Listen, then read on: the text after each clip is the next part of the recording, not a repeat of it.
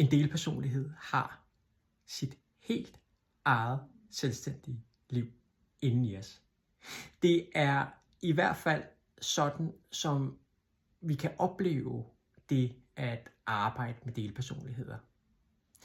Det er fordi, det virker ofte, som om det er selvstændige personer, der bor inde i os, som har nogle følelser og som vil nogle selvstændige ting. I nogle tilfælde er det som om, at de nærmest vil det modsatte af, hvad vi hver især gerne vil i livet. Og det kan bringe en masse modstand, og det kan også bringe noget ubehag.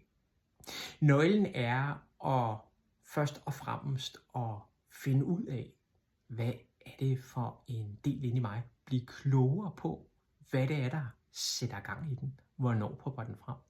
Og det næste er at begynde at gå i dialog med den her indre side af os, og finde ud af, hvad er det faktisk, at den ønsker sig? Hvad er det, den side inde i? Hvad er det, dens motiver og hensigter er for at reagere og gøre, som den nu engang gør?